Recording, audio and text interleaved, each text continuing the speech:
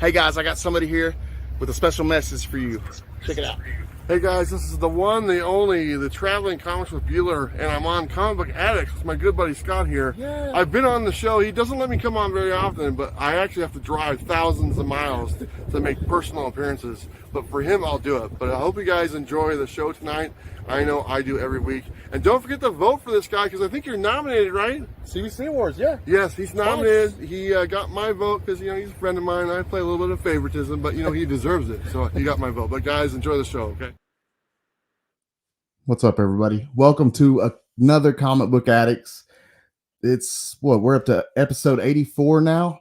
It's Monday, September 9th, and starting to feel like fall, starting to get a little taste of fall weather around here, and I'm looking forward to it because that's my favorite time of year. I was trying to think what I just went blank for a second. Anyways, off to a great start this week. Bueller was in town. He was passing through. He had stayed in Huntsville, Alabama over the weekend, and he was passing through Chattanooga. So I had the opportunity to meet up with him earlier today. So I got to have lunch with Travis. We went to a comic shop that he had not been to yet in Chattanooga, and we looked around, picked up a couple of books, and we had a good time. It was awesome. But figured I'd show you guys what I picked up. I just picked up 3 books real quick. But believe it or not, I never had this in my collection. Youngbloods 1. I didn't realize I didn't have this in my collection until the other day. I was looking through my old Image books, and I didn't have it in there. I also never had this as a kid, which means I never owned this book. Believe it or not, I've never owned a Youngblood issue 1. So I found that in a dollar bin. I picked that up today. Also picked that up for $1. Some Ghost Machine goodness. And I picked this up, Last Mermaid, issue 1. Derek Kirk Kim. I actually interviewed him a couple of months ago, and a really cool dude. And this is an amazing book. So I found that, and I picked that up while I was in there. But yeah, I got to hang out with Travis. Had a great day today, and it's been a pretty good week so far. Been a pretty good week, I must say. And CBC Awards, we got the CBC Award finalists open. It runs through, I think, October 18th. I'll kick it over to Brian. He can tell you better than I can. Hey, YouTube, Brian LCS with a CBC Awards update. Finalist voting is now open. So head over to cbcawards.org and click on the vote here. Let me show you that. If you just scroll down just a little bit, you'll see the big vote here. Click on that, and that'll open up your ballot. And if you scroll a little bit further down, you can see a list of all the finalists. And if you click on their channel name, it'll take you directly to their YouTube channel. So if there's a channel that you're unfamiliar with, please go check them out. And finalist voting will run until October 19th. And then we will announce the winners Saturday, November 2nd during a live stream. It's a Saturday night. And we will announce the winners and have some special guests and some fun things planned for the community. So that's it. Thank you again to everybody who continues to support the awards, and congratulations to all of this year's finalists. Dang, did he say October 19th? Did I get it? Did I mess it up again? Hold on. Let me check. Let's see, open nominations. That's wrong. No. Yeah, okay. 10/19. Yeah, okay. I had it wrong once again. I thought it was the 18th. I thought I got it right, and I messed it up again. Anyways, be sure you get your votes in really quick, really easy, and there are a lot of good content creators, a lot of deserving content creators out there. Like some of the people going live tonight, I wanted to mention, I think Izzy was taking the week off. I think Roscoe was taking the week off. But 22 Comics will still be live at 9 p.m. Eastern Time with his top 10 alternatives.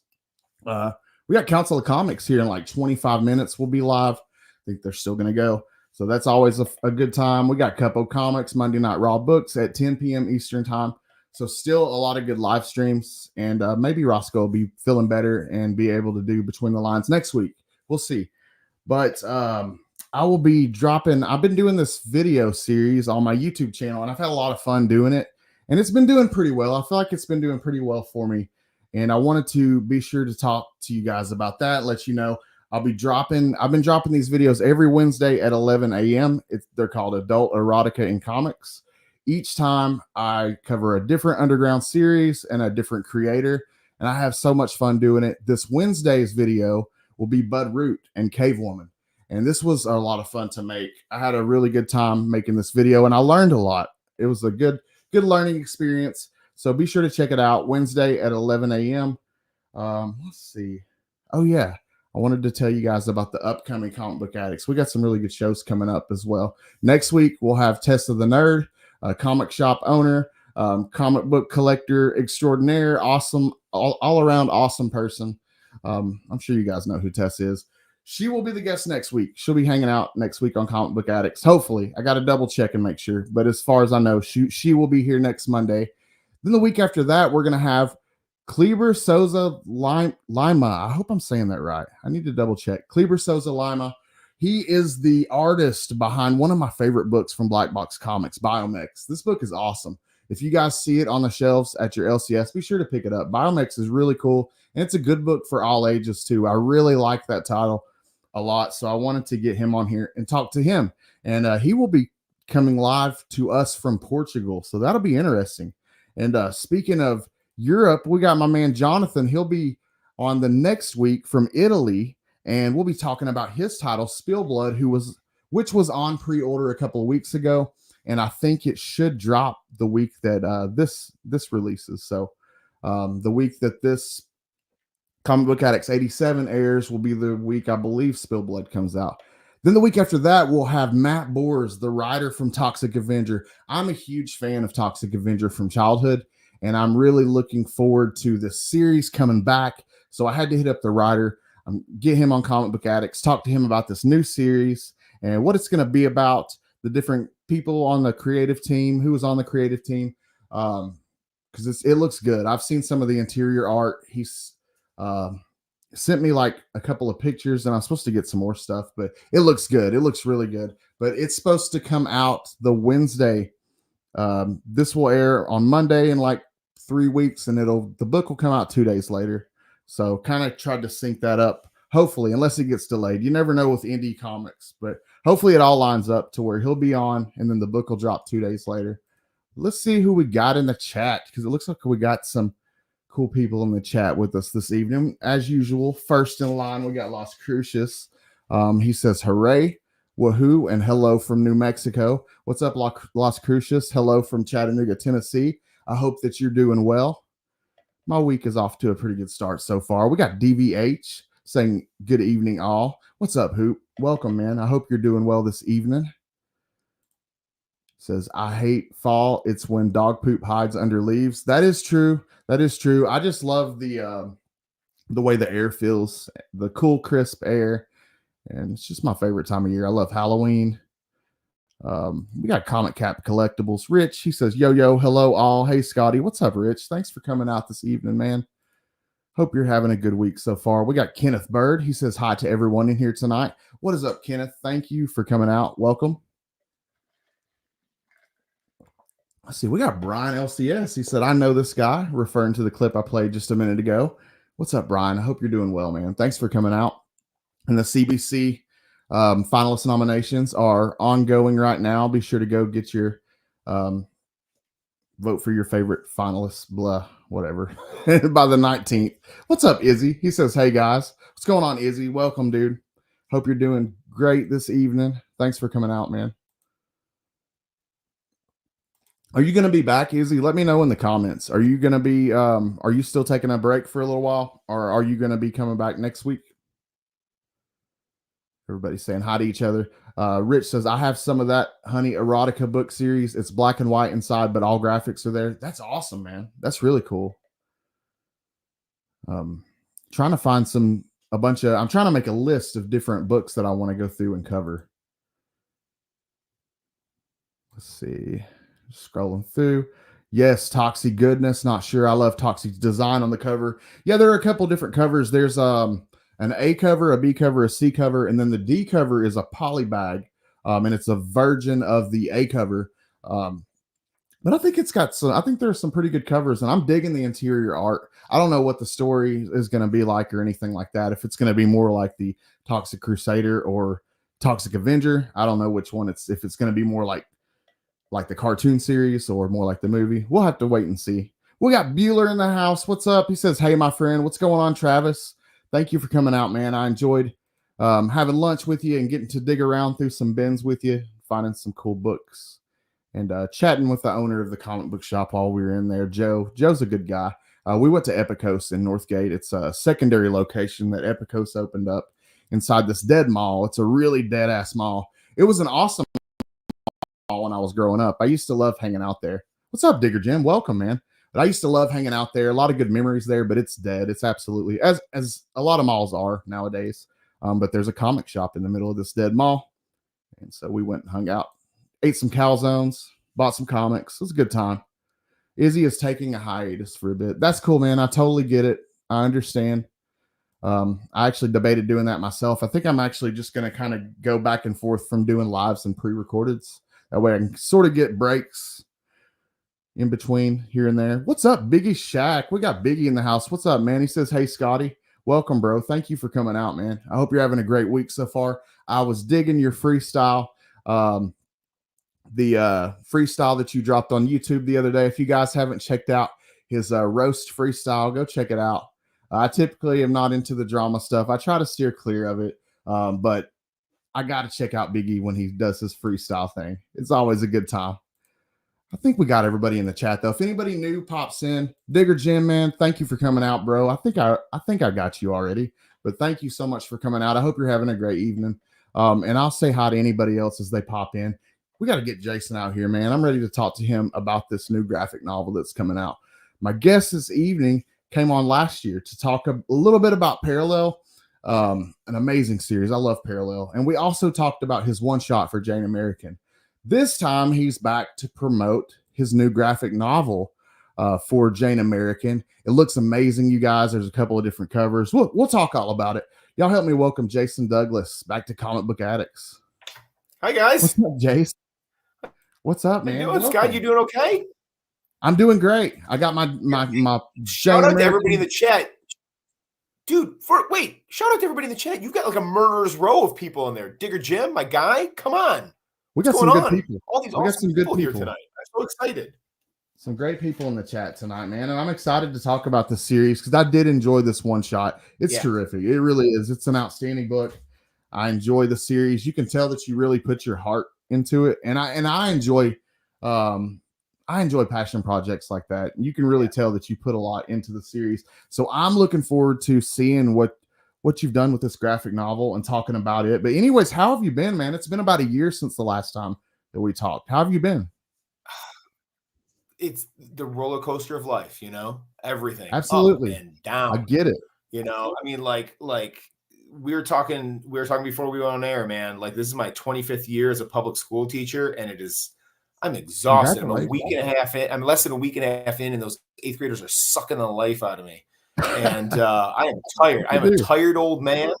And then like running this campaign at the same time, and I sent my oldest off to college, and I need a nap. I need a nap. Hey, congratulations. 25 years of being a school teacher. That's outstanding. And you said you have a child in college now. That's outstanding. I sent my oldest off to university just a couple of weeks ago. Yep. Congratulations. That's outstanding. Yeah, thank you. That's amazing. Well, it makes me feel old. No, I feel old every day. Trust me. But it sounds like life's been pretty good for you overall. I'm glad to hear that everything seems to be going. Other than the children draining your soul. Well, and like the health journey continues to be a roller coaster. Like for every bit of good news I get about the cancer stuff, there's bad news following it up, and then we are not doing old man complains about his body falling apart hour, but this I have to share with you guys. So let's do it. I had like knee surgery 3 years ago, tore the meniscus in my left knee. Was I fighting a bear? No. Was I rescuing a child from traffic in the street? No. I was literally kneeling on the ground helping a kid with an essay, which is about as unglamorous as it gets. And this summer I tweaked something in my right, and it like presented. I was like, oh my God, I know what is going. It's the same thing. It's the same thing. And the doctor agreed. MRI comes back. Direct quote from the doctor. She goes, good news and bad news. Good news. It's not a torn meniscus, no surgery. I'm like, great. She's like, bad news. It's not a torn meniscus, no surgery. It is here. This is I can hear it in my ear. Scott, you ready? Okay. I have a shocking amount of arthritis in my right knee for someone if they were 85 years old. Oh my gosh. I'm old, but I'm not quite there. So like, it's just, it's gonna be that kind of stuff. And then you got to balance that with all the highs, right? Like, I'm putting a book out into the world. Like the thing that I've been dreaming of for a long, it's like coming true. You are my last interview on the circuit, man. This is it. This is the last week of the campaign. We're going to get it out there to people. And I couldn't be more excited for it. I'm excited. So forget my knee. I don't need my knee, right? I'm going to put the book out in the world anyway. Yeah, and it's going to be a great one. I already know it, because this one shot, if it's anything like this was a beautiful book, man. I really enjoyed this one shot so much. It's just a touching story, and the character and just everything about it. It's just a really good one shot. And well, first off, I guess we should start with a little bit of an introduction in case anybody aren't familiar with you. Give us a quick little introduction of who you are. Yeah, so Jason Douglas, somebody who has made his dreams come true by publishing comics, but didn't get started until I was in my 40s. It kind of was one of those. I mean, you and I talked about Parallel last year, right? Like, it's not an autobiographical book, but thematically, it was me, right? It was the deferred dream. It was something that was in my brain since I was 12 years old. And as we all know, it's always easier to do nothing than something. And time goes by. And one summer, I decided to stop writing a one-act play that I was doing every single year for the drama clubs that I was running at elementary school and middle school. And I sat down and just said, I'm going to write my first comic, right? How hard could it be? And that's that blissful ignorance that we talked about last year, where and sometimes when you don't know the truth, that's the best way to go about it, because knowing how hard it is to make an indie comic, put it in the world, is this daunting, scary thing. Probably would have put me back on my shelf for another 4 decades. And I wrote this book, and in a weird confluence of events, very atypical for the way comics are made in the 21st century. Did not put it out and crowdfund it like I have these last project and a half. And it went to a publisher directly, and it was made, and it went out in the world, and it flopped, and then it caught on, and then it got 2 Ringo nominations, and suddenly, it did. I'm at an award show in Baltimore, and like at the after party, hanging out at the bar with Garth Ennis, and he's like telling me the war stories about getting his war stories for his war comics, and it's like I tell you what, because I know we got collectors in the house tonight.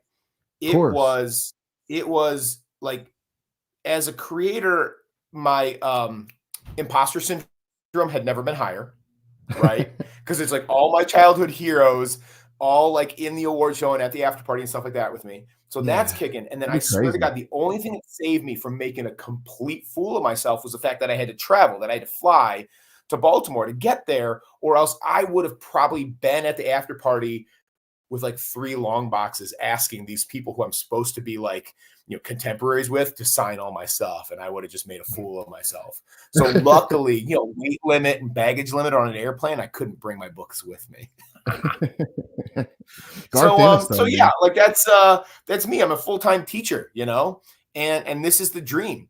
And I'm still making it happen. And now I'm finding a way to do it in the 21st century, which is the more realistic way of you make something, you crowdfund it, you get all the support of the wonderful people who back indie comics on Kickstarter and whatever, you put it in the world, and then you go out there and put it in front of possibly publishers and take it to the next level, and like going and doing shows, and sometimes in Artist Alley, and sometimes being the guest, and like getting out there and meeting people, and then hanging out online with people, in shows like yours, and hopefully spreading the word. Yeah, absolutely. And in this title, okay, the Jane American, last time you were here, we talked about the one shot. And again, it's a beautiful book. Did you have plans to go ahead? Did you have plans to do the graphic novel? It was so funny. It's so funny that you start with that, because honestly, this is the blissful ignorance thing again. I didn't know better. And my original plan, like the graphic novel was like, that was the plan. The plan was to go from Parallel to Jane American, like the graphic novel. Like I had the entire, the way I write is story beats first, right? Like I know all the major things that are going to happen. Like there's basically 4 chapters. There's 4 parts of it, you know, and bang, bang, bang. I had all that written out. And then smarter people. Oh yeah, there it is. Yeah, thank you for sharing that, DVH. I appreciate you, man. That's DVH, the Kickstarter rock, link. dude. Yeah, this is the last week, guys. This is the last week. You got to go check out the campaign. Other than that's what I'm here to pitch. I'm also like not really the tech guy. Like 22 years ago in my classroom, they bust in the door and they come in to take my chalkboard away, and they're going to upgrade it technologically with a whiteboard. I mean, and I threw a tantrum. So the fact that I made that Kickstarter page by myself, including the trailer video that my teenagers at home would not help me with this time, I am ridiculously proud of myself that it looks as good as it does. So go check that out. DVH, thank you for sharing that. It does. It looks fantastic. So really like my plan was like, I'm going straight from parallel to the big graphic novel. Okay. And smarter people than me, people with way more experience, are like, dude, you can't do it. You can't go from this magical thing that happened to you first time out to your first crowdfunding thing and go straight to a graphic novel, because like I didn't know anything. Not only did I not know how to make a Kickstarter or run it, I didn't know price points, because like SourcePoint Press for Parallel took care of me. My contract was garbage because of it, but they took care. They babied me through it like I was the 12-year-old with a dream, even though I was in my 40s, right? And so nobody told me that it was going to be like a $23,000 campaign. And I don't care how well Parallel did. I don't care what kind of industry capital I built up in goodwill from like those Ringo nominations and whatever, in the speech that I gave at the award show and whatever. Like it's not going to translate into a $23,000 campaign. So they said you need proof of concept first. And the way you do that is the one shot. So the one shot was actually the secondary idea. And so one of the reasons the timing of that was we ended up putting out Parallel Special Edition first. Mm-hmm. We then I got diagnosed with cancer, and that derailed everything. And then you kind of had to rebuild things. There are elements in the one shot that are kind of from part 1 of the graphic novel, but completely rewritten in a completely different order and read very differently. And so we kind of like, it slowed down and was actually blah, blah, blah months later, because we built that one shot to make it work. And then now I'm finally at the spot that was the original plan, which is this complete, it's a 132-page story. And we hit a couple of stretch goals a few weeks ago. So, I mean, the book itself is going to be busting out at above 150 pages because of the background that people backed. So this is, it's a pretty hefty tome. And there's no way I would have hit that price point, a year ago. It would have been dead in the water. And then what I did, and one of the things that I'm most proud about with this campaign was 2 things. One was a day 1 plan. And you can read about this on the page, maybe more eloquent than I can say here. But like, I wanted this in the world so much. You talk about a passion project. We'll get into what this book means to me in a minute. But I want this book in the world so much that what I did with the one shot, not only was that proof of concept, but that existed financially, monetarily, just to defray the cost of this one. When you go and look at our goal on this campaign, it doesn't say $23,000. It shows you that at the bottom at my transparency section. But all I asked for to start with, our goal was $5,500, because what I did is I took every single penny that the first book made after, fulfillment and paying my creative team and the Kickstarter funds. I didn't pay myself back for my original investment. I didn't pay myself a penny. I put it all into this to defray the cost to make sure that it could get out there to the world. Wow, that's smart. That's really smart. What I did next, this is more recent. This was not the plan from day 1, but I learned something from that first Kickstarter. Like you were holding up the chromium cover that I did. Yeah. And beautiful. Like we had that one, we had a textless variant. We had that really, really cool Digger Jim. You got one of these, I think. Do you remember the soft touch laminate by Sina Grace, where it like looks old and feels old? So we had like all those wicked cool Kickstarter covers. But like, I mean, definitely. You guys know, as much as we love our exclusives, as much as we love the collectors and love those covers, for my readers out there, there was a twinge of guilt about, Kickstarter inflation, right? Because like the regular edition of that cover, if it hits your LCS, 32-page one shot's going to price out at like $6. And you're paying 20, you're paying 50 for that cover. And if it's worth it, great. But like for this one, I've got this big fat graphic novel. And do I have some wicked cool covers? Yes, I do. But I also wanted them priced exactly what they would be on the bookshelf in the second round of this process. So when you look at that soft cover wraparound, it's only $20. When you look at that hardcover wraparound, it's only $40. I mean, it's not that Kickstarter $100, $50 for those, equivalents, because again, I want it in people's hands. So you get the cool covers, but you don't have to pay that Kickstarter premium for them. That's awesome. I'm not gonna. Maybe I should just do this right now. So the reader side of me won, right? Like it's like I'm gonna keep the prices down because it's about reading the book and reading the story, right? Like the reader half of me beat the collector half of me, like defeated in hand-to-hand combat, and yet the collector maybe got the last word. Because if you go check out the campaign, this is for my people, because I know there are people in this room right now who are gonna dig what I'm gonna show you and tell you next. Okay. All right. I'm looking forward to this. I added something to the campaign. And if you back it, this is the last week, if you back it, I don't care if you get a digital, I don't care if you get a hardcover, a soft cover, any of the other tiers, you are going to be automatically entered to win my 9.8 slab of that sold out parallel Donnie Darko foil variant. We're talking about that one. This was the first variant of parallel way back in the day. State of Comics made this. They only made 100 of them. Sold out in like 10 minutes.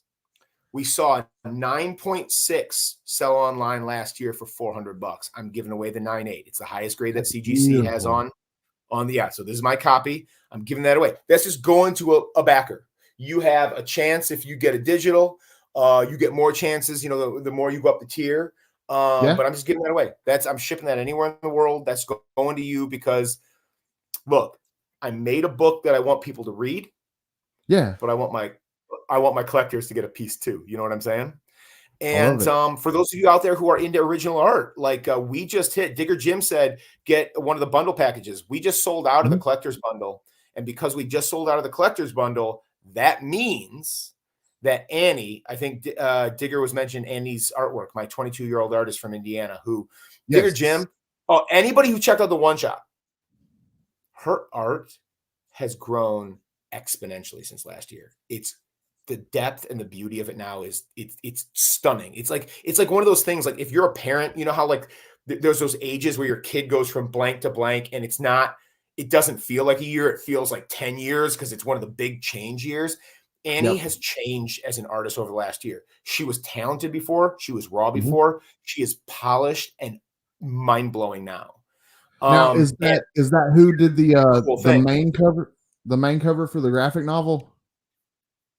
So the hardcover is by Cena Grace, who is a comic book superstar. I mean, he is a best-selling author on the New York Times bestseller list for his Superman books now.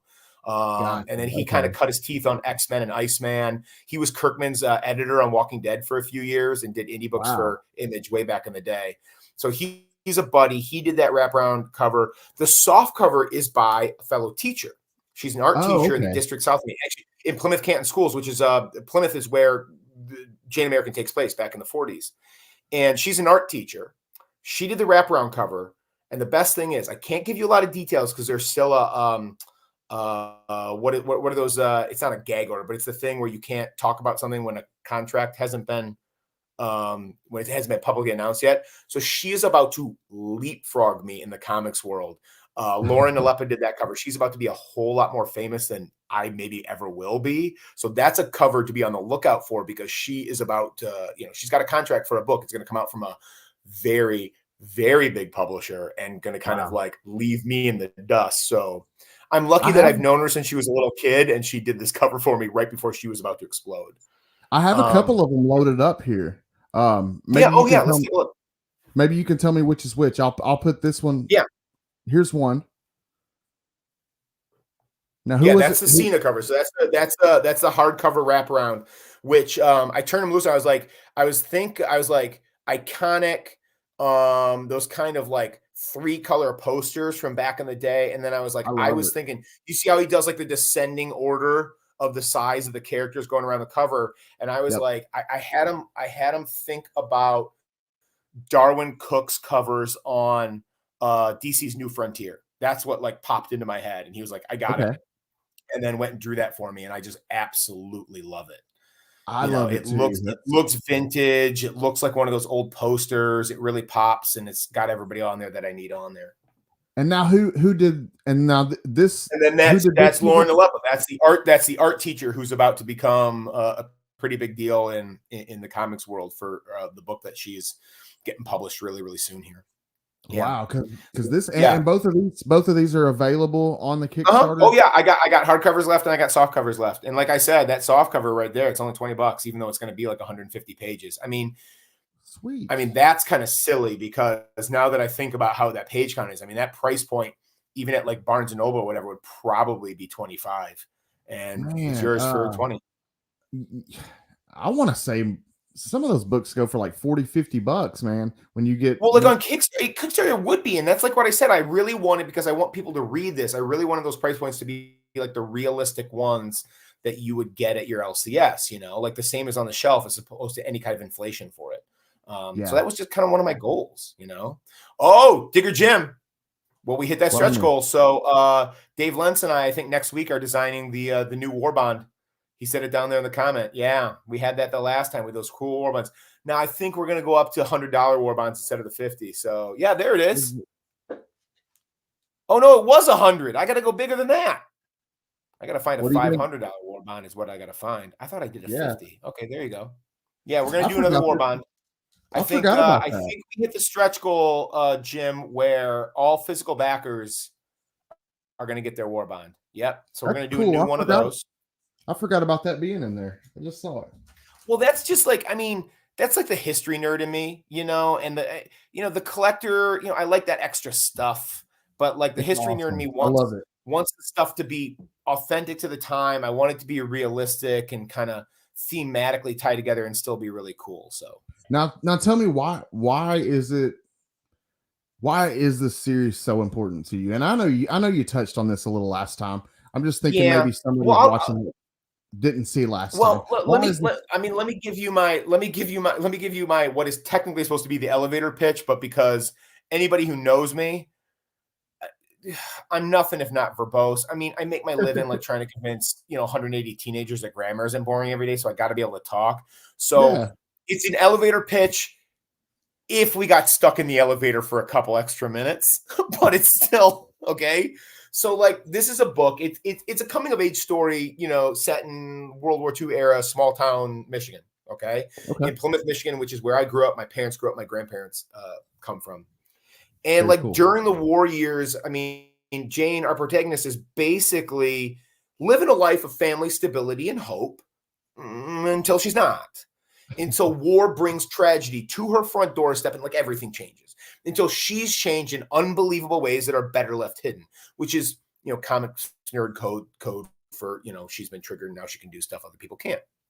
Yeah. But the end of the war, and this is real, right? The end of the war brings that financial economic reality. If your dad isn't coming home and your mom, because society says can no longer be a Rosie the Riveter, she's left with a choice. She can stay safe, she can stay hidden, or she can embrace who she really is and now what she can truly do for basically the sake of everybody that she loves. Okay. Now, this book is chock full in the same way that Parallel, even though it was a dark sci-fi twisted tale, was chock full of those universal relatable truths about dreams deferred and time passing and the existential dread about all that. Brilliant. This is chock full of those universal truths that we all go through about coming of age, about identity, about self-worth, about self-fulfillment, about being who you are in a world that occasionally will tell you, no, that's not okay. Okay. And yet, like you said, it is deeply personal to me because the book itself is named after and inspired by my late grandmother who went through all that 80 years ago, right? when she had dreams and people said, it's not your role. It is dedicated to every single kid who's gone through my classroom last 25 years, who still gets told that today, even in the 21st century. And then this is a bit more raw for me to talk about than the last time we hinted at it last year because of what's changed since then. But this is now very much dedicated to my late grandfather as well, who last time we talked was 99 years old and literally part of the research team to make this book come to life, right? Because he was like a living link to that and was there with me when I went and visited the factory, the actual factory where this book takes place, right before they tore it down. I remember saw all the stuff from right, like taking the videos and stuff and all that stuff. So when last year, when he realized he was not going to see 100 years old, and as a very, very stubborn World War II vet, I got to tell you, that pissed him off to no end. He wanted that big magic round number of 100, like he could taste it. But when he realized he wasn't going to make it, he made me promise that the book that contains the name and likeness of his high school sweetheart would see print.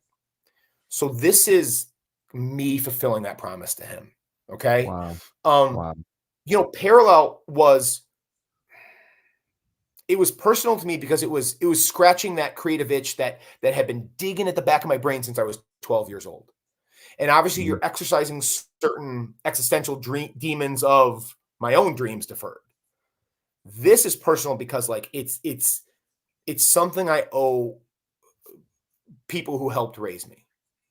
It is something I owe all these kids who I have hopefully made a difference in their life over the last 25 years, and my heart breaks for the things that they're still limited in. It is my attempt to get some messages that I know could make a difference in some people's lives. Anytime, I tell you what, I don't know if we talked about this last time or not.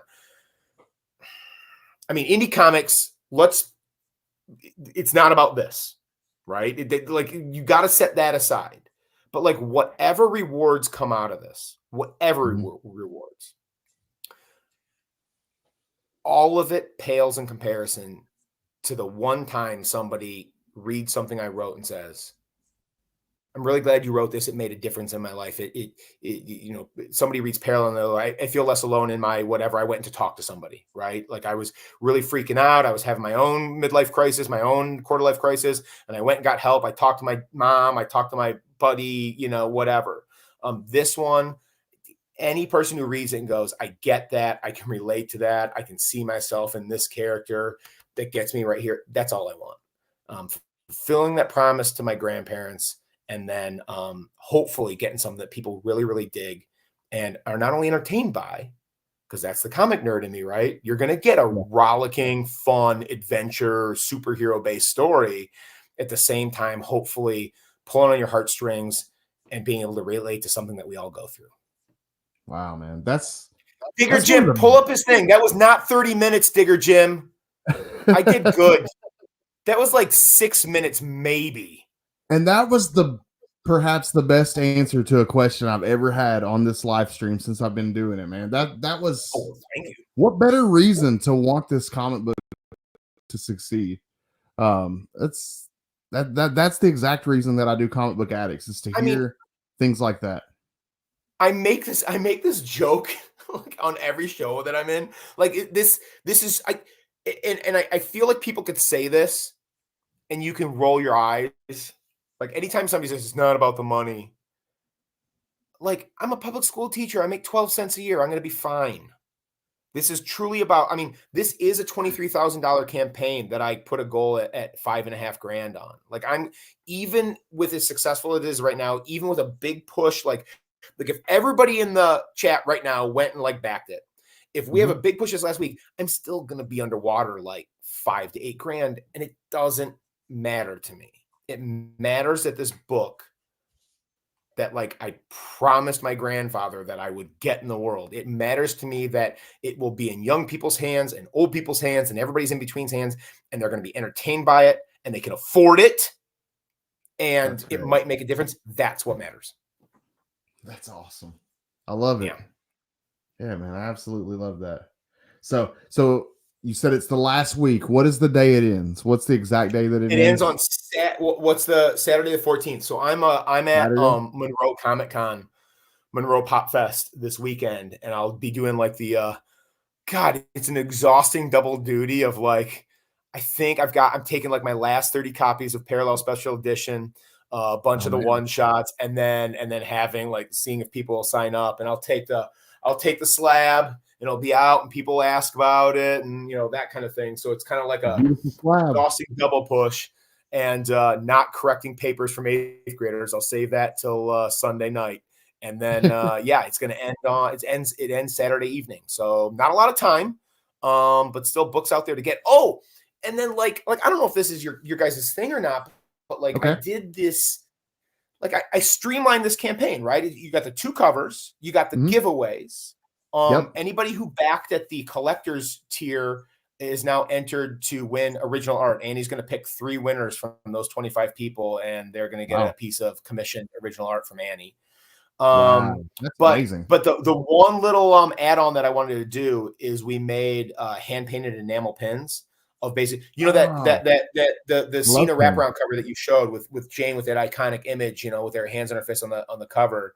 We basically took that, right there. Yeah, we turned that into a hand-painted enamel pin. So those are available for add-ons too. And we actually have a final stretch goal that if we hit it, you go check that out. It's like stretch goal 5. We hit that, like every physical backer gets one of those. So that's kind of like that last thing that I'm shooting for, so I can get one of those in everybody's hands. You'll notice that all these things that I'm doing, it's like the stretch goal not to put money in my pocket, but stretch goal just to get cool stuff in yours. Because again, that's kind of what I care about here. So I hope we hit that last one before Saturday. I hope so. Pins are awesome, man. I'm a pin collector. I have a cork board, and whenever I go somewhere and I see a cool pin, I always pick it up and add it to my board. Yeah, man, that's a cool little thing. What I've been doing. So I was never like a pin guy. Not that much, but you accumulate pins over the years. Like you do. Like, even if you're not trying to, like pins show up. They what I started doing last year. What I started doing last year with the 8th graders is I would wear like a pin a week, like on a Friday, like a pin or 2, and I just like put it right on my shirt. And I would announce, I'd send them an email saying like pin contest, and I would make sure that it didn't have giveaway writing on it, right? Like if it was a Deadpool pin, it wouldn't say Deadpool on it. It would say like, I love the 90s. Okay.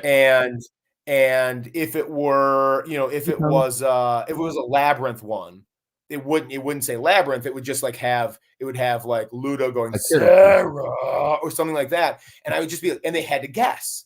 And if they nailed it, if they found the cultural reference, like obscure pin guessing game, I'd give them like candy or something like that.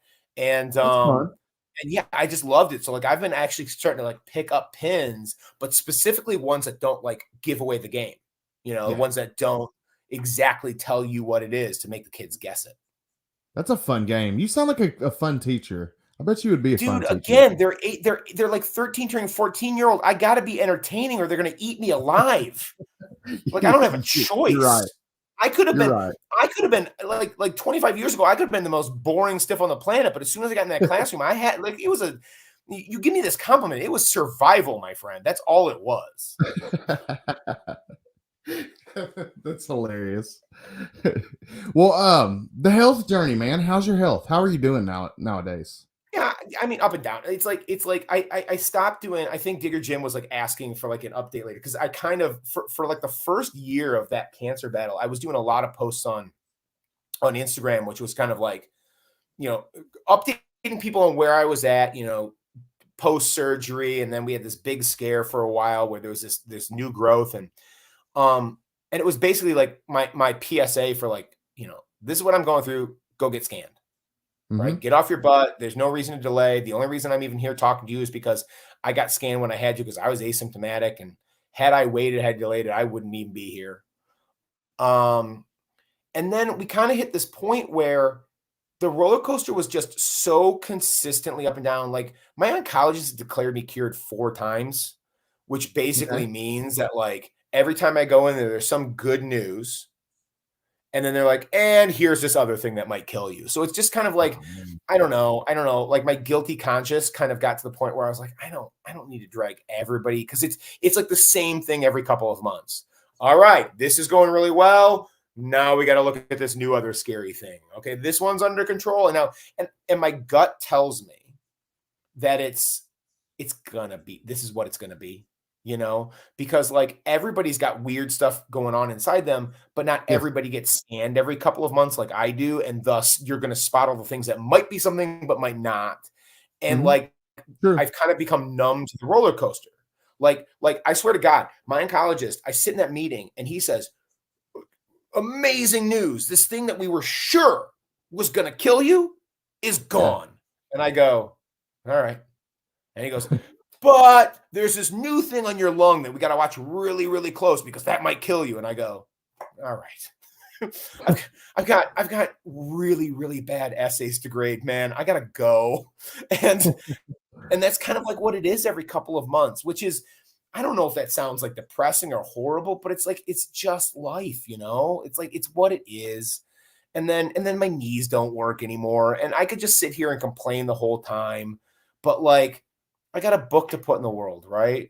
I got a kid off in college that's having a whole lot more fun than me that I can now live through a little bit as he's like partying every night. And I got these high school kids that still live in my house that I got to go to diving meets. There's like stuff is going. I got comics to buy and read, right? I got a weekly battle, Scott, where I'm still 50-50. I'm still 50% reader and 50% collector. And I only got so many dollars. And I gotta fight. I gotta fight the fight every week to go, do I want the key? Or do I want to buy the thing that I'm gonna read 5 times before I finally kick it? I got stuff to do, man. I know.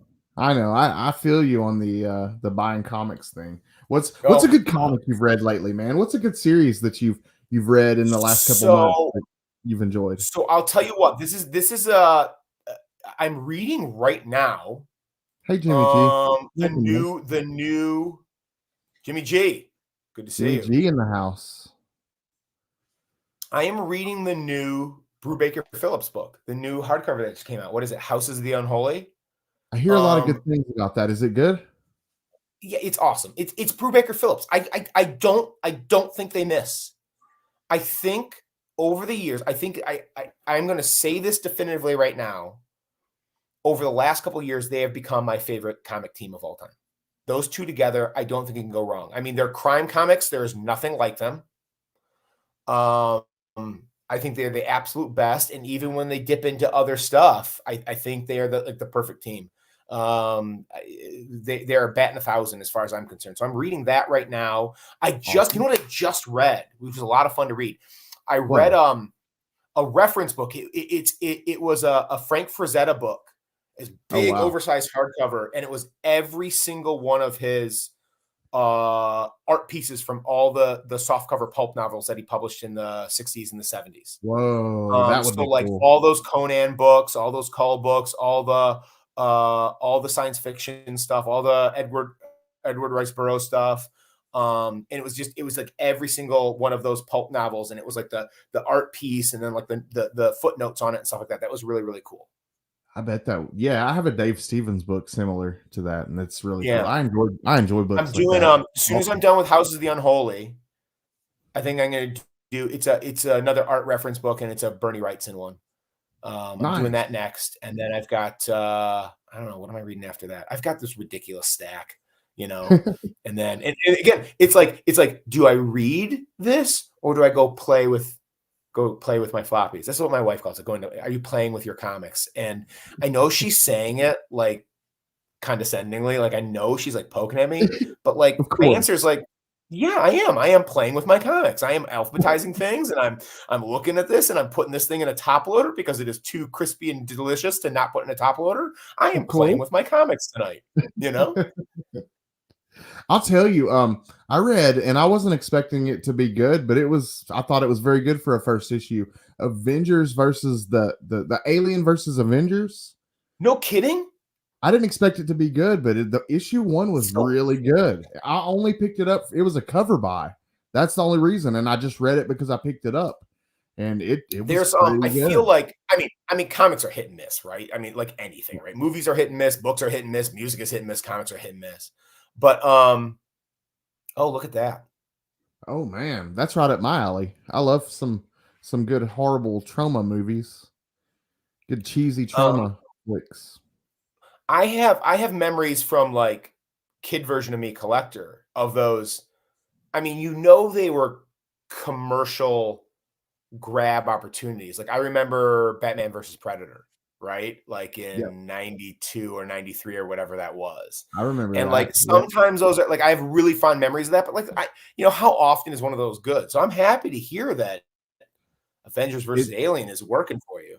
Issue 1 was actually pretty decent, and I don't know if it kind of had a similar look. The interior art had a similar look to Avengers Twilight. I don't know. I don't know if it's the same interior artist, but it kind of has the same look and feel. That's cool. Pretty cool. I'm waiting on Beneath the Trees Where Nobody Sees to come out. I've been trade waiting that, and I pre-ordered the trade for that, and that one I'm waiting on. That I can't wait to read. Oh, do you know Friday, the series Friday? Who is that? Yes. Yeah. So trade number 3, I have that on my list, right? Okay. And I got to do the thing. I got to make a special dispensation for that because the way I read trades on series, it's ridiculous. I don't know. Is there anybody in the chat who does this? You got to shout this out if you do the same thing. So let's say there eventually is 6 volumes. Hey, Durs. What's up, man? Welcome. So like volume 1 comes out, I read it. When volume 2 hits, I reread 1 and then read 2. When volume 3 hits, I reread 1, 2. So by the time I get to 6, I have read volume 1 6 times. Like I can live and breathe it. So when I go and read, I'm going to reread Friday volume 1 and 2, and then I'll go read 3. Nice. It's not the most efficient use of time when it comes to your reading, but I really dig it because I want to be there. I don't want to lose anything because like, it's not 1980s Marvel. It's not Frank Miller's Daredevil run where every single issue completely and utterly reintroduces you to the character and the plot and stuff like that. Like I don't want to. So I go back to the beginning and reread it all the way through. Yeah, I mean, of course, the time goes by and you forget little pieces of the story. Yeah. I like doing that sometimes as well. Any of you guys watching, do y'all do that? DVH says, I'm not a strong enough reader to go back to everything. Okay. All right. Any of you other guys do that? Let us know in the comments. Let's see. Let's see. Was there anything we didn't cover about Jane American though that we really need to cover? We've still got like 8 minutes. Was there anything that we? I don't know. What do you? I mean, what? Look, you guys got any questions? Feel free to ask. God, give me questions. That's what I'm. Come on, don't make me say like the stuff that I always say. You ask me something. Ask me something. Let's go. Throw some questions at us, y'all. Durs, I know you got something. Hoot, I know you got something for us. Hit us with some questions, man, you guys. You asked me about being a collector. You asked me about the creative process. You asked me about the book. I will say it. I will go. Whoa. We got not near a minute. Rob, what's going on, man? I either do monthly or wait until everything is over and binge all at once. Oh, nice. So like you have the ability, like not near a minute. You have the ability to wait what could be a couple of years. To like, and you're buying trade 1, trade 2, trade 3, or all the issues, and then you'll go. Wow, I do not have the patience for that. Like when the trade comes, I do it, and then I just go back and reread volume 1 before I read volume 2. I don't. That makes sense. I always get worried that like they won't finish publishing all the things. Oh man, I was just talking about that with Travis earlier. Maniac of New York. I love that horror series. It was an Aftershock series. They never finished volume 3, and I don't think they're ever going to. But they've had it on FOC Previews World for pre-order so many times. I don't think we're ever going to see the end of that one though. I don't know where I was going, but man, I'm so disappointed by that. They'll never finish it ever, and that was a good series. If you saw how many comics I have, 1, 2, 5 years goes by fast. I believe it. Don't let Jason fool you. He has some banger keys. No, I absolutely believe that Jason has some banger keys. Yeah, there's yes, this is true. Yeah. We got a question. Is printing Oh. hardback different to printing floppy? Yeah, how is that process different? Yeah, I'm using 2 different printers. My printer that I printed the one shot through and who I'm still printing the soft cover through does not have the capability of doing hardcover. And one of the reasons why this campaign, I mean, not expensive to you guys, I set the goal what I set the goal at, but one of the reasons why this campaign is so expensive to me is because in order to get the books to everybody in a timely manner, I'm not even going to use, for my hardcover printing, I'm not going to use like an overseas printer, which would have been financially more agreeable, but would probably take months more. And I have no desire, you know, our campaign wraps on Saturday. I want to be shipping books November 1st. So I'm doing a domestic hardcover printer, but that means it's just a lot more expensive. But again, not the priority to me. The priority is to get it to you guys on time. My priority is to get it to you at all. So that's kind of like a hit I'm taking. But yeah, it's a different process. It's definitely a majorly different price point. That's like one of the ones that, like when I was researching it, really threw me off how much more expensive it is to print a hardcover. And then I didn't want to go cheap with it. Like I've got the nice end paper, and I've got the for my readers out there, I've got the ribbon bookmark. That's fancy. Nice. Oh, that's always a good extra little. We hit a stretch goal where every single hardcover is going to have a signed book plate on the inside front of it. With me and Annie and Dave Lentz. So like the entire main creative team, like everybody gets the signed copy, which is kind of cool. That's always a really cool touch when you get a book and it's like fancy. You guys know, like a book plate. It's like the sticker on the inside. It's just it looks classy. You know, like it does. Yeah. It's a nice touch. It really is. I have a lot of horror books with the book plates on the inside, and I really enjoy them. Yeah. They're nice. They're nice to look at. Rob absolutely. Said, not near mint. He says it's taken a year between the last issue of Maniac of Manhattan and 3 years for Heavy. Yeah, I'm not sure about Heavy, but I do know that Maniac in New York was such a good series, but so slow moving. And I don't know if it had anything to do with like Aftershock going defunct or whatever happened with Aftershock. But man, I wish they would finish it though. It was a good series. It's one of the things. It's one of the things that I am so much more sensitive and aware of when it comes to indie comics. Is the blood, sweat, and tears and the time that goes into producing anything outside of really the big two. There's no other company, and the lower you go on the totem pole, the more true this is, but there's no other company with 80 plus years of infrastructure that can churn it out in the machine. I mean, back in the old days, if things got behind, right, like at Marvel or DC, they just did a fill-it issue.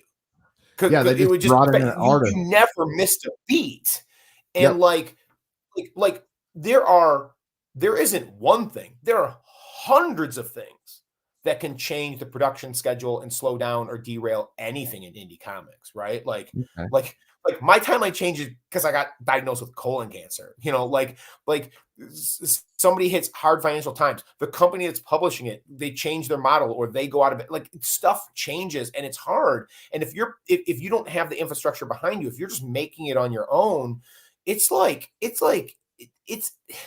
you know what? And you want to do a good job, it's gonna take longer. And that's like changed the way I am as a reader. Every comic I read now, not only am I reading the story, not only am I appreciating the art, but I can feel the effort behind each issue, behind each book. And like I can see it. And I'm not talking about like that thing where you're working at a restaurant and you like don't like the food anymore because you see how the sausage is made. Like I appreciate how the sausage is made. And like I turn that page and go, oh my God, I can feel the thought that this dude put into putting this on a page turn instead of a facing page. Like I get it.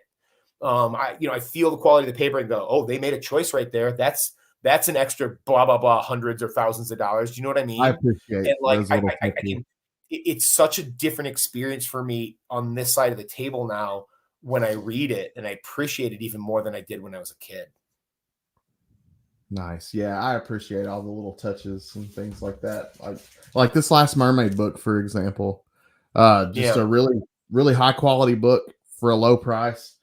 Really good book. But yeah, I forget where I was going. I always go blank when I'm on a live stream. That's why I have to write everything down. I had a question for you though. What are some writers that that inspired you to want to write? What were some writers that you're just like, man, he's just such a good writer? Well, I mean, stylistically, I would never even pretend to say that I've aped anything here, but like my number one biggest influence in the comics world as writer is Neil Gaiman. And that is not only because he's my second favorite writer of anything, Stephen King being my favorite, but because that was the dude who, when I met him, God, I don't know, is it almost 20 years ago now? It might be. That's pretty cool. And I was teaching elementary school, and his youngest kid at the time was in the grade level that I taught. And my elementary school kids at the time were, we were listening to Coraline on CD at the end of the year by candlelight as kind of like a treat. And my kids were writing him letters, and he wrote back. And then I met him at this computer convention because his son worked for that company. And there was like this room where like you could go in there, you could get like 2 minutes and say hi. And it was faster than a line, a signing line, or more time than a signing line, but like, still just a couple minutes. And he pulled me aside and just talked for like 45 minutes. And it was at that thing because he was asking me about things that he should do at home with his daughter, like asking me classroom questions, which was as surreal as a situation I've ever been in. Yeah. And he told me, he basically gave me the lowdown. He gave me, even though it was going to be another 15 years before I got off my butt and started writing my own books, he gave me the impetus. He gave me the permission. He gave me the catalyst. He gave me the advice about, you just have to do it. You've got to make your thing. And it's the advice I give anybody who asks me about going out there and making something. And it's like, it's always easier to do nothing than something. He couldn't promise me, and I can't promise you what happens when you make your thing, when you do your thing. But I know that if you don't do it, nothing will happen, right? And when you write your book, when you make your comic, when you start your show, when you write your song, it now exists in the world, and that is further than 99% of people get. And it might be good, it might be trash, it might be better when you work on it, but now that it exists, you can. All I know, the only promise I can make you is if you don't follow that dream, I promise you nothing will ever happen with it. Guaranteed. And he told me that, and it stuck. That's true. Now, it's a testament to the fact that it still took me 15 years to get off my butt and do the thing, but like I never forgot it. So like in that respect, he's my biggest influence, right? And like right before the Ringos, like I wrote him, I was like, hey, do I have your permission to give you like a shout out on stage if this goes? I mean, I wasn't going to win, but like if I did, like, and he's like, absolutely, that will be fine, kind of thing. And it was just like, he's the guy. Stylistically, I'm probably doing that osmosis thing from all my favorite writers, but he's the comic creator that like that personally like gave me permission to become the person that I am now, which means a lot to me. Wow. Awesome. That's really cool. Rob says, I always liked Kevin Smith's response to what is success to you. He responded, failure repeated. Eventually you figure out what works. I like that. Yeah. I like that. That's good advice. Thanks for sharing that. Yeah, I like that a lot. Absolutely. Thank you for sharing that with us. That's really cool. Let's see. Jane American. I want to show these covers again because they're so awesome. Do it. That's a Cena Grace wraparound hardcover. Cena Grace, New York Times bestselling artist and writer of Superman books now. He did that cover for me. Very like that. Yeah, I love it. It just it screams 1940s poster, It really does. And then the pins for the pins are basically that iconic pose of Jane on the cover. That's what the hand painted enamel pins are. Yep, you can get those too. Be so awesome. And then this cover as well. This cover is so that's awesome. A soft cover. I love the colors. I love small details, right? Check out the spine. See the translucent, so you can see the clouds going through it. It's even more traditionally wraparound than even the other one. I just love that detail. That's Dave Lentz at work right there. My letter and art director, art designer. He took care of that. The trail and everything. Yeah. So Lauren Nalepa, she's an art teacher in Plymouth Canton schools to the south of me, and she's about to blow up in the comics world because she has got a book coming out that dwarfs anything that I have done, and she's gonna absolutely lap me. So go grab that one too. Man, those are both beautiful. Now, do you have obviously this is a big project for you. It means a lot to you personally. Do you have any other stories in you? Are we going to see any Oh other yeah. titles from you in the future? Yeah. So, like this, we're gonna put out in the world, and then I'll tour it for a year. Doing my show and convention and that kind of thing, and we'll see if somebody wants to pick it up or not, and we'll see where it goes. But I wrote another story this year. It's more of it's a young person's thing. It's like a young person's adventure, alien dog called Maverick and Poe. It's a one shot that I wrote with Dr. Christy Blanche, who's my editor on Jane. And Cool. we're gonna probably, she's got a lot of connections in the community where we'll probably be doing like maybe like one shot per year, for that like elementary and middle school audience. But there'll be fun stuff in there. I mean, I can't keep, it takes place in like the mid 80s. And like, I can't keep the pop culture references out of my writing. I can't, even when I'm writing for a younger audience, like I'm also kind of writing to amuse myself. You know what I mean? Yeah. So like there'll be little Easter eggs and nods in there that'll keep, no matter how old you are, laughing on that. But like, I've got this long-term hope pipe dream that like, if somebody of a certain size or a certain kind of publishing company picks up Jane eventually, I have like because of the plays that I wrote and even published in the past, and because of some of the other these other things that have kind of are just waiting, they're kind of waiting for the next step. And if that next step doesn't happen, then yeah, there's I have hopefully kind of find this model through the touring and the talking and the Kickstarter into some amount of success. Maybe I can just keep going in this process, right? But like, I would love for it to be get back on board with what? Yes. Dude, so thank you, Rob. So not near me. Was he here when we showed the slab? So that you just got like 5 or 10 entries or whatever to win. Oh man. The 9.8, parallel sold out Donnie Darko homage foil. There you go. Only not, no, I mean CGC's got I think there's 3 9.8s, but this is the highest grade, and I'm giving away my copy. So you just got entered to win that, buddy. Way to go, one lucky winner. The hardcover, so it's that one right there, right? That's the hardcover. Yeah, that's one he just got. Yes, dude, man, it's awesome. Yeah, I think Digger Jim, you got to pull up. Did you hear about? I don't know if Digger Jim's breaking news right here. Oh, what's he saying? I'm gonna let Digger Jim break the news. I don't want to tell everybody. I'm gonna let him do it. Okay, Jim says, I heard he is writing a story about an old guy that digs and finds a piece of alien tech that gives him powers. I like it. Yeah, I hadn't heard that yet, but if Digger Jim says it's true, apparently that's what I'm doing. So I think that sounds pretty damn that's cool. what's happening next. And then Rob's saying he's about to cross 26,000 comics, and if he wins, that will be the first slab he would ever own. Not near mint. You and I, dude. You and I right here. I am not a slab guy. The only slabs in my house, like swear to God, this is just talking to collectors right now. Yeah. Like I'm giving away one of like only 4 slabs that are even in the house. Wow. There is so do you know the first slab I bought? I don't even know if we have time for this. Do you have time for a quick comic collector story? We got all the time in the world, man. So as long as you want to go. If you remember like the year CGC comes on the scene, and it's kind of like this thing, and it makes its splash, and everybody's like, "Ooh, what is this?" And then there was a window there until it became the ubiquitous, definitive thing that it's been for the last 5 to 10 years, whatever it's been now. There was that period where it just kind of wasn't. They never went away, but it wasn't what it is now. And I remember I got my copy of X-Men 94. And it was in a slab. It was like a 6.5. And like the price was right. And I just really wanted the number 94.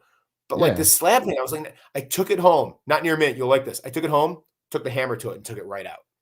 Because like I had no stuff.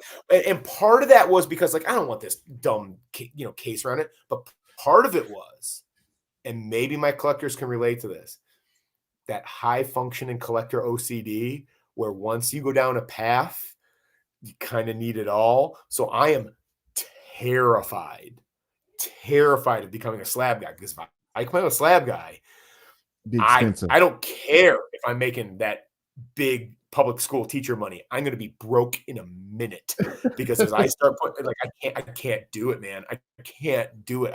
I'm raw and I got to stay raw because I love it, but also because I can't afford to slab the however many number of books are in my basement. Can't do it. It gets very steep very quickly. He said he just cracked A Journey into Mystery 89 a couple of weeks ago. Wow. Now, I've got the other 3 slabs that are in the house. Oh God, the other 4 slabs that are in the house. There's a giant size X-Men #1 that I thought I was never going to be able to get my hands on, and then my letter on parallel, Justin Birch was upgrading his copy, and he gave me a price that I couldn't say no to. Oh wow! There's a New Mutants 98 that's in a slab because I was trying to complete my New Mutants run because way back when I was like 12 years old, I may or may not have traded my copy of 98 for a copy of 95, which is the one where Wolverine's jumping on the cover and trying to stab Cable because I thought that was cooler than the guy with bad feet. It is a cool like Liefeld cover. Yeah, but dude, I traded a 98 for a 95. Are you kidding me? I know. So I was cheating, right? I completed my New Mutants run by getting a facsimile, and then I was like, I can't. And the price was right on that. And then there's an X-Men #101 where the price was too right because that cover was getting hot. And so those are like the 4 slabs that live in my house, and the 5th I'm giving away. Nice. Rob says, I just went down a War Comics path, and now I have first appearances and nearly full runs of Sergeant Rock, Losers, Per Army at War, GI Combat, Slippery Slope is Real. Wow, man, that's awesome. That is really cool. So my war, I think Garth Ennis is the best war comics writer of all time. So like if Garth Ennis writes something war-wise, are you reading Get Fury? Oh yeah. Dude, it's fantastic. I'm loving Get Fury. He's so good. I just love it. But like as far as I'm hopefully not going to get hooked on like an entire run of Rock or anything like that. But I am playing with Enemy Ace books right now a little bit. And I'm trying to go get those. My obsessions right now, I'm close to this. You guys know the Marvel 25th anniversary, the border covers? I love them. I'm 3 away from getting all those. And of course, they're the 3 ones that are hard to get, like the Star Care Comics Bears one. and the Ewoks or whatever, of course. I'm trying to get story about those. What happened? I had the whole collection except for the ones that you're trying to get. Pretty much the same story. Yeah. Decided that I wasn't going to end up completing the run. So I decided rather than let them sit around, I'm going to sell them off to somebody that will complete the collection. Dude, you will never guess who bought them. Who? Jeff Johns. Get out of town. Jeff Johns bought my Marvel border cover collection. I sent them straight to Hollywood. How did that happen? I put them up for sale on IG, and he messaged me, and he was like, I totally want them. Give me a price. And I gave him like a really good, your Jeff Johns price. And he's like, dude, give me the price you were going to charge. So I upped it a little bit and he bought it. Sent it straight to Warner Brothers in Hollywood, man. So did you have all of them? I had all of them except for the Star Comics ones, the ones that are really, really hard to get. Like what is it? It's the Muppet Babies is hard to find, and the Spider Ham. The Spider Ham one's pretty. Spider Ham is one of my 3 that I don't have. Ewoks was one that was really hard. I've got the Ewok. I think I've got the Ewoks now. I think it's Care Bears that I don't have, Spider Ham, and Muppet Babies. Those are my 3. Okay. Those are tough. And I really wanted Muppet Babies because I have a personal attachment to Muppet Babies. I like that. Me too. Really? Yeah. Awesome. I love Muppet Babies, dude. Come on, Jim Henson. Let's go. Muppets. Let's go all day.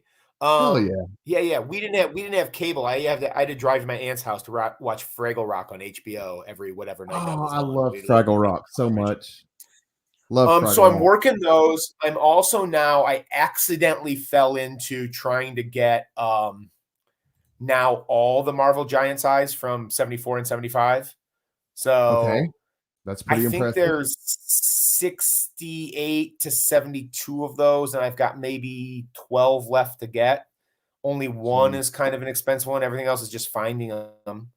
And then, oh wow, heavy metal to Walter Simonson.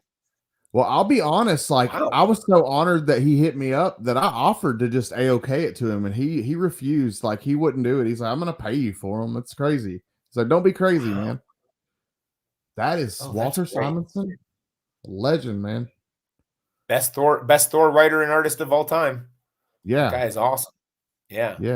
What's the biggest? Oh, I'm sorry, I didn't mean to cut you off. No, go. Ask the question. Oh no, well. And then the other thing that I'm trying to put together right now. So I have this kind of half-hearted attempt to get all of Uncanny, from X-Men #1 to the end of 514. And I'm way closer than I should be, but like I'm never getting a #1. I mean, I thought I was never going to get a 1 and I was never going to get a giant size 1. But the giant size 1 happened. That's and I'm never going to get there, but like I've got a ridiculous amount of even the expensive books, but it's just that one. How do you get the 1? Anyway. But the last thing that I'm kind of doing right now, which is not a completist thing, just something I'm digging, is like movie homage covers. If it's like a movie poster that's coming, and I just got the you guys know the Incredible Hulk, the Incredible Hulk one where She-Hulk's on it. It's the Pulp Fiction one. I just got love that one. I still need to get that. I've looked at it several times and almost gotten it. It's not cheap, but oh my God, is that a rocking cover? Come on. Yeah. Every time I see it, they just want a little bit more than I want to pay for it. Okay, what were you going to ask? Oh, I was going to ask you, and I have a pretty bad one, is the reason that I bring this up. What is the worst mistake that you've made in collecting? Like, whether it be like being on the receiving end of a really bad trade, or maybe buying a book that you thought was real and it ends up being a reprint. What's the worst mistake that you've ever made? Well, I mean, I think we've all made trading that New Mutants 98 for 95 is up there, even though in the context of 1990 or whatever, how would I know? That's up there. One. This isn't a mistake, but this is a bummer. When Carnage hit, I was a subscriber to Amazing Spider-Man, through Marvel subscriptions, and my mailman was nice enough to fold my Amazing Spider-Man in half. First appearance, what is that? Whatever, 361, whatever.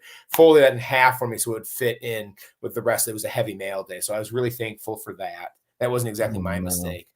I think in general, the mistake that I have made now a dozen times over the last dozen years is and this popped in my head because you said it, like where you're just a smidge out of your price range and you want it bad and you go no because it's blank dollars over. And then a year later, even if you're a little more financially flush, because it's gone up, now it's even further out. And had you just pulled the trigger for that extra $10 or whatever it is back then, you'd be happy right now, but you didn't. And I did that with I saw a copy of first appearance of Hellboy. We're talking about like the San Diego Comics Con thing. And I saw it. It was the only time I'd ever seen it in the wild, and it was out of my price range. And this was like a long time ago, but like a decent chunk less than you would have to pay for it now.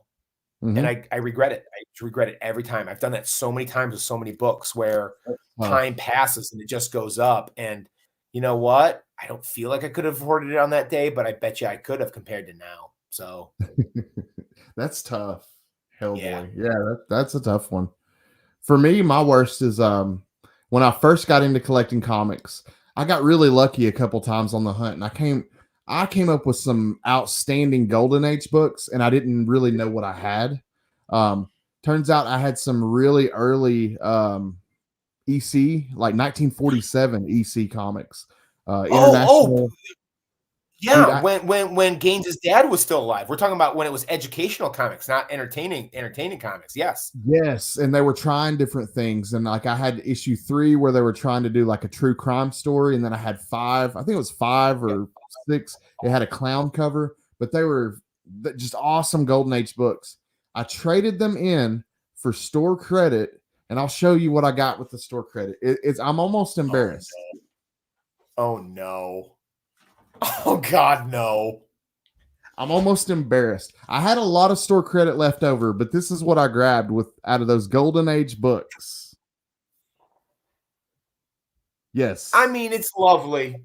I love it. I'm really happy you've got that and a 9.6 and everything, and it's a nice book, and it's nice. But those are pre-horror ECs, dude. I've never seen them again. I've never ever seen them again in the wild. I've seen this 100 times. I've seen it 100 times. But that's tough. 1947. Oh, okay, that one hurts my heart for you. It hurt. And I might have, you know what, Scott, I might have a nightmare tonight. I might have a nightmare about that because like EC is my jam, dude. I didn't know. Oh yeah. My EC collection is small, but I treasure it. Well, see, I knew that they were really cool looking Golden Age books. In my thoughts on trading them in was they would go to somebody that appreciated them and collected Golden Age books, because I didn't collect Golden Age at the time. However, I grew an appreciation really quickly for Silver and Golden Age books, and now I really wish I had them, and I've never seen them again. And maybe never, I might never see them again. Yeah, but we just not. Yeah, go ahead. We had another question. Rob was wanting to know, what have you done that you wouldn't recommend someone else do? I've done a lot of stuff I wouldn't recommend someone else do. What about you? Oh yeah, I don't like. I gotta get up and teach the 8th graders tomorrow. I mean, if we're talking about like philosophically, like life advice, we can. If you want to stay up till about 5 a.m., I've got some things to tell you about stuff that I've done that nobody else should do. Even comic stuff too. But like, I don't know, if we're just talking about collecting, if we're just talking about reading, I don't know. Like I think, you know what? I got an answer. I think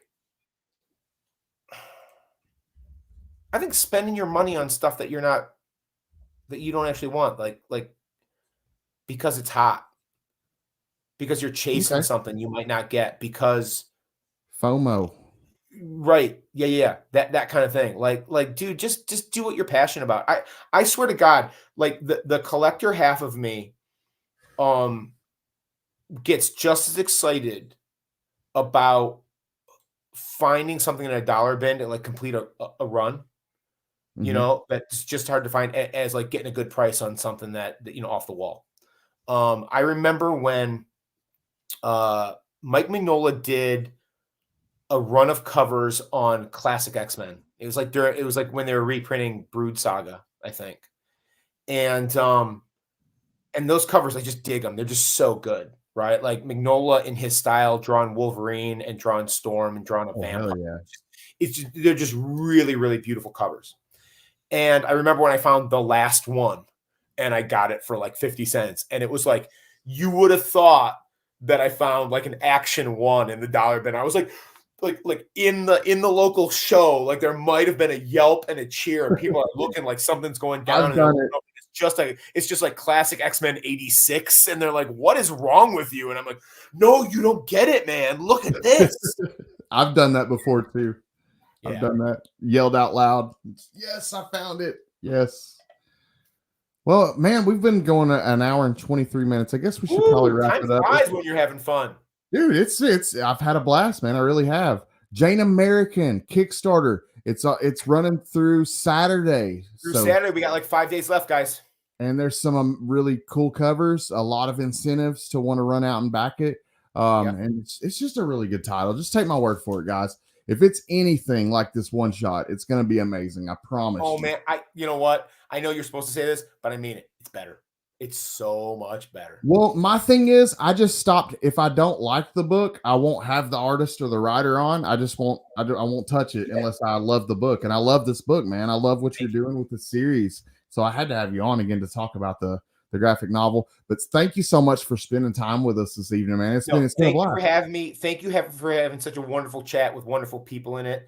Yes. Like Digger Jim can tell you, like he is like, I've done, Scotty, I'm pushing like across this in parallel. I think I'm closing in about 125 interviews. And wow. I'm going to be honest, like, and I think Jim can back me up on this because he's heard a lot. He's heard way more than his fair share of them. You can tell when I'm having a good time. You can tell when it's just the standard answers. You can tell when, I mean, if you didn't hear my passion for my own work, you definitely heard my passion for collecting tonight. And that's how you can blink. And it's been an hour 25, even though my wife might be glaring at me from the door right over there that it's time to go. And sorry, I'm like, buddy. But I gotta tell about the time that I chose Wolverine jumping in the air with his claws out over Deadpool. I gotta tell about that, I mean, priorities. Yes, absolutely. We've enjoyed it, man. Some really good stories. You've been a great guest. You'll have to come back real soon. My pleasure. Thanks for having me. Yeah, thank you so much. And thank all you guys for coming out, man. It's been we've had an awesome chat tonight. So many cool people in the chat. Thank you guys so much. Rob at Near Mint Comics, it's been a while, man. Thank you for coming out tonight. DVH, Cali Comics, everybody, you guys are so awesome. Be sure to come back next week. We got an awesome one. We got a shop owner and comic book collector, Tessa the Nerd. It's going to be a real fun show. And then we got a lot of really good ones coming up in the next few weeks. So stick around with Comic Book Addicts on Monday evenings. We will end it how we always do with a little Biggie Shack. See you guys next Monday. I'd say that one is a banger, man. It's a real certified banger, dude.